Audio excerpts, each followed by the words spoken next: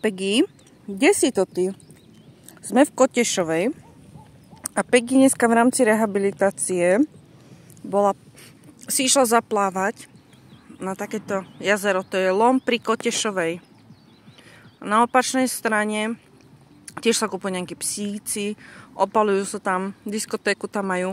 No a tam je aj, tak kde vedie aj Vážska cyklomagistrála. Že krásne sa sem dá dostať aj bicyklami, nielen autom. Parádne si zaplávala, že? Naposledy si plávala v mori.